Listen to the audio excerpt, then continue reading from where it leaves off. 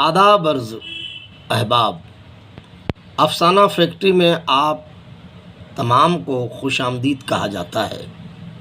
آئیے دستک سیریز کا تیسرا افسانہ آپ کے روبرو پیش کیا جا رہا ہے، جس کا عنوان ہے خواہش کے دروازے پر مایوسی کی دستک۔ 21ویں صدی کے آرام دہ رہائشی فلیٹ میں خواہش ہوم جم سے فراغت پاتے ہوئے پسینے میں تربتر آرام دہ کرسی پر براجمان ہو جاتی ہے۔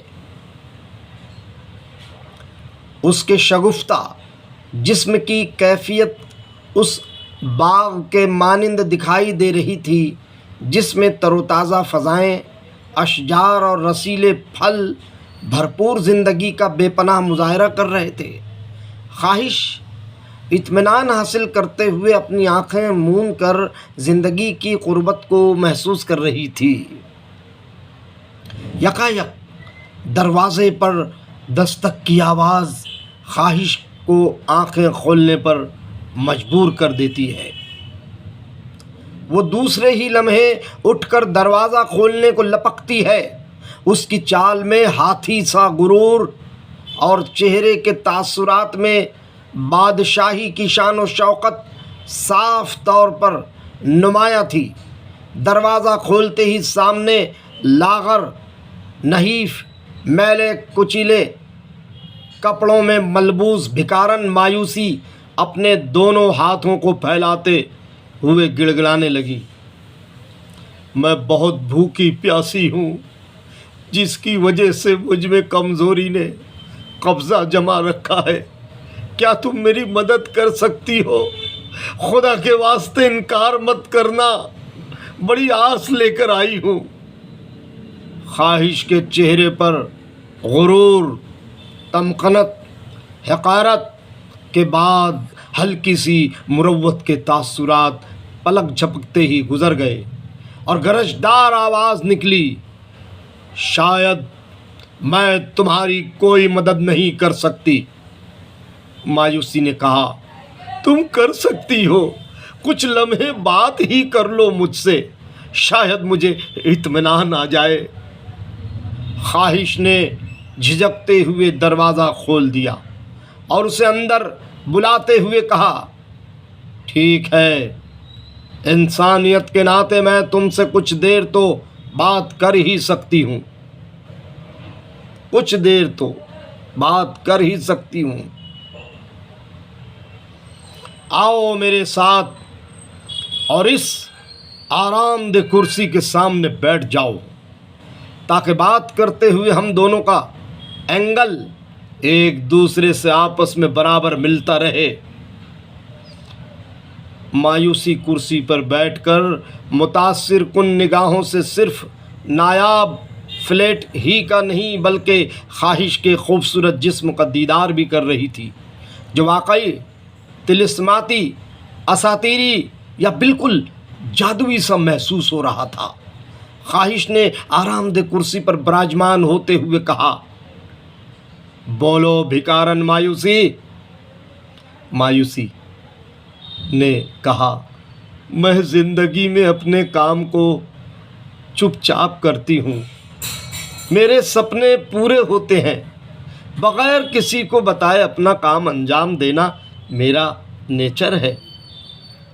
خواہش، میں بے نیاز ہوں، دیکھو مجھے کوئی کمی نہیں ہے، زندگی مجھ سے مسلسل ابل رہی ہے، میں خود پر کنٹرول رکھتی ہوں، دوسرے خود بخود میرے کنٹرول میں آ جاتے ہیں۔ غصہ، جذبات، زبان اور تخیلات پر میں نے قابو پا لیا ہے، اسی لیے تم بھی میرے کنٹرول میں ہو، سمجھی؟ مایوسی، تمہاری ان باتوں میں کیا تمہیں غرور نظر نہیں آ رہا؟ کیا تمہیں غرور نظر نہیں آ رہا؟ خواہش، مجھے اس سے کوئی لینا دینا نہیں، میں بہت خوش اور طاقتور ہوں، دیکھو میری عیش و عشرت سے مزین زندگی۔ مایوسی تمہاری کیفیت سے برخلاف میرا حال ہے، میں تو بس تمہیں سمجھا رہی تھی، شاید مجھے ہی سمجھنا ہوگا۔ یک لخت دروازے پر دستک کی آواز پر خواہش چونکتے ہوئے اٹھتی ہے اور دروازہ کھولتی ہے۔ سامنے ملک الموت لہیم شہیم لمبی تڑنگی شخصیت لیے کھڑے مسکرا رہے ہوتے ہیں۔ خواہش ملک الموت کو دیکھتے ہوئے منکسر المزاجی سے دروازہ کھول دیتی ہے۔ ملک الموت کی ہیبت ناکی سے مایوسی بھی با ادب کھڑی ہو جاتی ہے۔ حکمیاں اور با اعتماد آواز فلیٹ میں گونجتی ہے، اب آپ دونوں باہر چلے جائیں تاکہ میں اپنا کام کر سکوں۔ دونوں جی کرتے ہوئے باہر جانے لگتے ہیں۔ ICU روم میں مانیٹر پر دھڑکنوں کی لہروں کا گراف لال ہرے لائٹس اور بیپ کی آواز سے اپنی موجودگی کا احساس دلاتا ہے۔ انسان کے جسم میں کھنچاؤ سے ہلکی سی حرکت پر ڈاکٹر اور نرسیں اسے گھیر لیتی ہیں۔ ڈاکٹر کی نگاہیں مانیٹر پر اور انسان کے چہرے پر بار بار پڑتی ہیں۔ انسان اپنی آنکھیں کھولتا ہے جن میں خوف کے دھاگے نما لکیریں ہیں، خوف کی دھاگے نما لکیریں ہیں، چہرے پر تشویشناکی اور سانسیں لینے کی شدید کوششیں۔ مانیٹر پر گراف کی پستیاں، اعداد کی کمیاں، ڈاکٹرز اور نرسیں مصنوعی حیران پریشان۔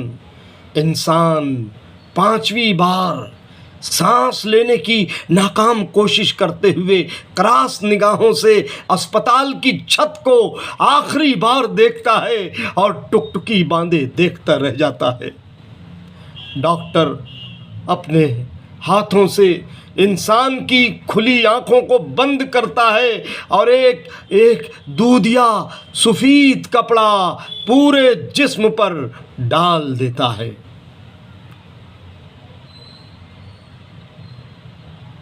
احباب، امید کرتا ہوں کہ یہ افسانہ آپ کو پسند آیا ہوگا۔ اب دیجیے اجازت علیم طاہر کو، اور پسند آئے تو چینل کو لائک شیئر اور سبسکرائب ضرور کیجیے۔ پھر ملتے ہیں کسی نئے افسانے کے ساتھ۔ آداب عرض۔